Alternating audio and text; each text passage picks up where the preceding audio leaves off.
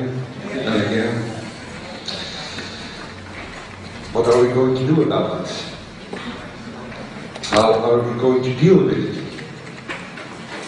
How are we going to stop it? I know the answer. There is only one person who can stop it. Did you know that? You are. You are the person, the one you have been waiting for. We are magnificent, beautiful, godlike, divine human beings. Ladies and gentlemen, sisters and brothers, in this auditorium and in the whole world, thank you so very much for being present with us. And for now, please enjoy this anthem.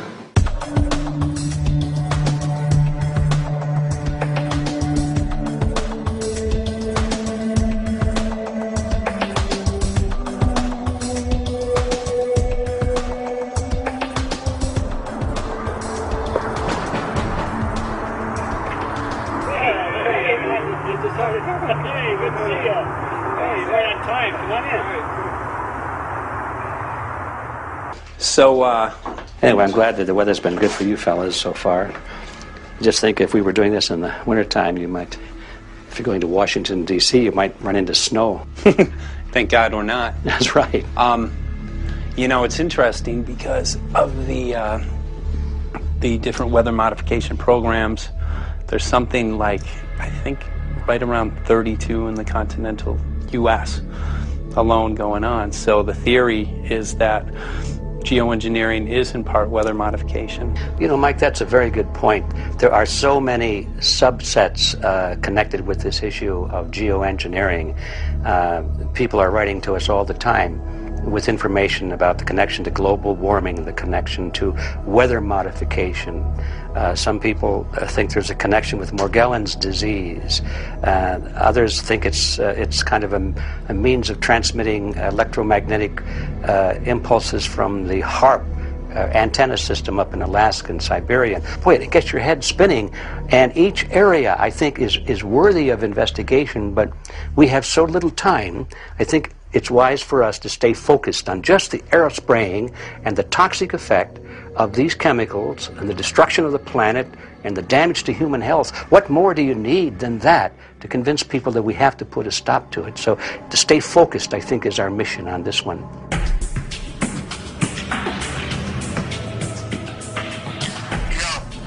Jeremy, we had an idea. We know that you know the political system real well.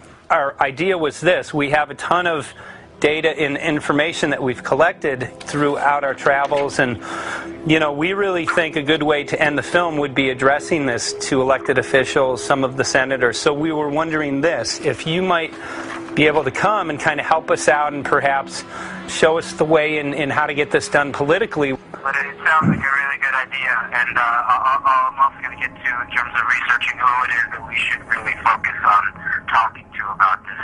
At the very least, if we could make it impossible for them to claim that they don't know at this point, we can strip away their plausible deniability that they haven't heard of the data that points to geoengineering stratospheric aerosol operation already going on. At the very least, it should be very interesting to go to District of Criminality and put some people on alert. Yeah, you have a lot of enemies in Washington. That's where all the power comes together and the money, you know. So there are people there, I'm sure, that just don't want us to do this job. But I'm glad you're going, and you'll find out.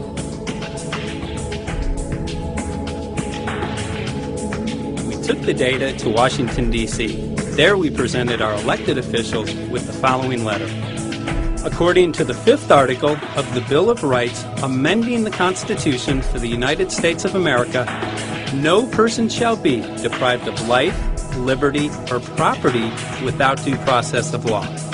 But the daily spraying is depriving all persons living within the United States of life, health, liberty, and integrity of our common and private property without due process of law. As a representative of the people of the United States of America, we insist that you do everything in your power to protect us and immediately put a stop to geoengineering spraying at once. There exists no justification, legal or otherwise, to poison the planet and its inhabitants. Now suppose that space aliens arrived on, maybe they're going to land at the UN headquarters down the road here, or maybe they'll pick a smarter spot. But suppose they arrive and they give you a box. Suppose they arrive and they give you a box, and the box has two knobs. One knob is the knob for controlling global temperature, maybe another knob is a knob for controlling CO2 concentrations. You might imagine that we would fight wars over that box, because we have no way to agree about where to set the knobs. No global governance, and different people will have different places they want it set. Solar engineering is like chemotherapy. No one wants it. But we all want the ability to do chemo and to understand its risks, should we find ourselves with dangerous cancer. How long does it last up there? The lifetimes are years. What, years? A couple years. And then it what, precipitates out, or Yeah, that's correct. no toxic side effects that we know of? The thing we always wonder about is the unknown unknown. Yeah. So if you're thinking about, say, the acidification, it's clear that's not a problem. There's several studies that showed that. Right. But of course the concern here is with so little research, there may be some unknown that comes out of left field that bites us. My name's Mike Murphy. I'm a filmmaker in from Los Angeles. We're covering an issue called geoengineering. Okay, thanks guys. Senator, a quick question about the issue of geoengineering. I'm afraid I don't know what you're talking about. And wondering if you were supportive of geoengineers' proposals of spraying 10 to 20 million tons of aluminum into the atmosphere. I should really get a briefing paper on it before I give an opinion. Oh, not a problem. Are you aware of the issue? Not completely. At all? Because, okay. Do you have a letter from constituents, and people have concerns? Yeah, what's the... We're making a documentary about the sea. I don't know, you guys have credentials to be here? Yes, yes, we do. We pass through security as well. Endowed by our creator. I think so. Please don't What's touch that? Please don't touch my property. You're lying. No, why? What did we lie? What did we lie about, sir? No, we're not. What are we lying about? Lying about what? It's a little unusual, huh? I haven't heard that. You're not aware of it? And it appears that these programs have already been deployed. You know, I haven't looked at that proposal, and so, why don't you let me review it? I can do that. Are you aware of? Actually, I'm going to go. Yeah. Let me go ahead and get that. I will take a look at this, and I will act accordingly. General, this program, this openly covert program of the aerosol spraying, stratospheric aerosol spraying, geoengineering, using tons of aluminum, spraying it up in the sky. I have no idea what you're talking Okay. Commonly called chemtrails, sir. When you were the head of NEMA, did you see the aerosol trails? Mike Murphy, filmmaker in Los Angeles. Hi, sir. And we're covering an issue called geoengineering, and wanted to know if you're supportive of geoengineers' proposals.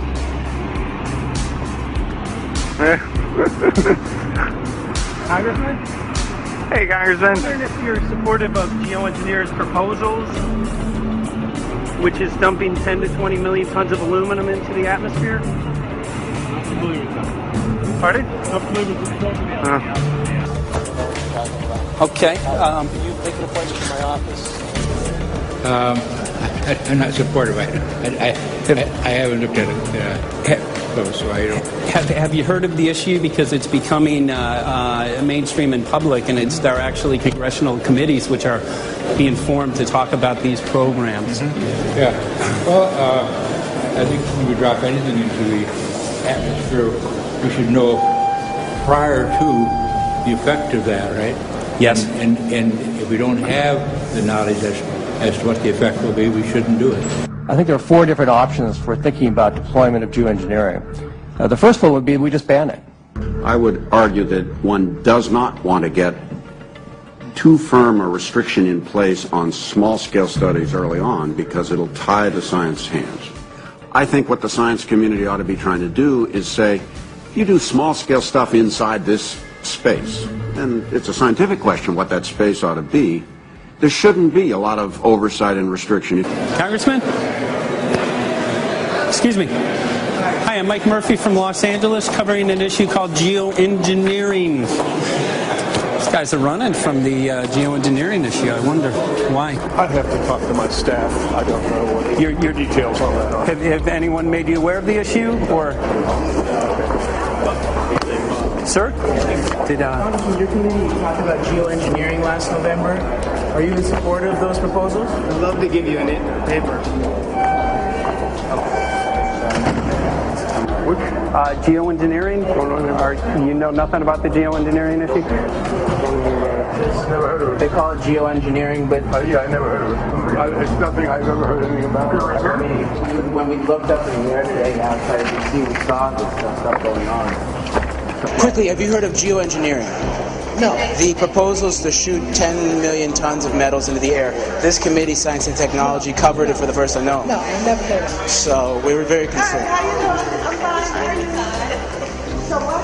We spoke with Congresswoman Watson's office, and her press secretary, Ms. White, was familiar with Representative Kucinich's Space Preservation Act, which mentioned chemtrails and the weaponization of the atmosphere in space, and then it was pressured to be taken off the bill. Did you see the aerosol spraying going on today over the Capitol? Congressman? Geoengineering carries with it a tremendous range of uncertainties, ethical and political concerns, and the potential for catastrophic environmental side effects. He's not one to do interviews very often, so not unless we usually really pressure him into it. Okay. So don't, all that is, don't hold your breath. As chairman of the Committee of Jurisdiction, I feel a responsibility to begin a public dialogue and develop a record on geoengineering. We want to know if you're supportive of their measures by spraying 10 to 20 million tons of aluminum into the atmosphere? No, I think we need to have more research. Okay. And about the issue of current deployment, there's literally a mountain of evidence that many people believe proves the deployment of these programs. Any knowledge of that? No, there's certainly not a mountain of evidence. But I do support research into geoengineering, and I also support looking into the international governance of that. Okay. I hope anybody that has studied it knows, at least I think, that it's a radical proposal, and I hope we don't have to use it, but there may come that point in time where we do. Now, if we could provide you with the evidence that suggests that these programs are and have been ongoing, would you be willing to address this publicly? We've had about 3 or 4 hearings on it. We have addressed them publicly. Well, not about the proposals, but about the current deployment of these programs. Citizens. I don't support the current deployment. I think we need to have more research, and they have consequences that go beyond one nation. And so I think that there needs to be governance to that. Governance is not simply an issue of deployment, but governance before deployment in terms particularly of large-scale scientific fieldwork. I concede that on this subject and in general, it's not popular to talk about global rules. And when these people started talking about the need for UN Security Council oversight, a supranational environmental security enforcement with a strong mandate by the UN, it really is clear that they're looking for a global power behind the manipulation of the environment. But I do think it needs to be sort of an international kind of treaty that does tie and bind all nations into a common fate. It is a common fate. And unfortunately, it's not just big governments that could do this. It is small governments. It is billionaires probably could figure out, I'm going to save the world all by myself, and I won't bother to mention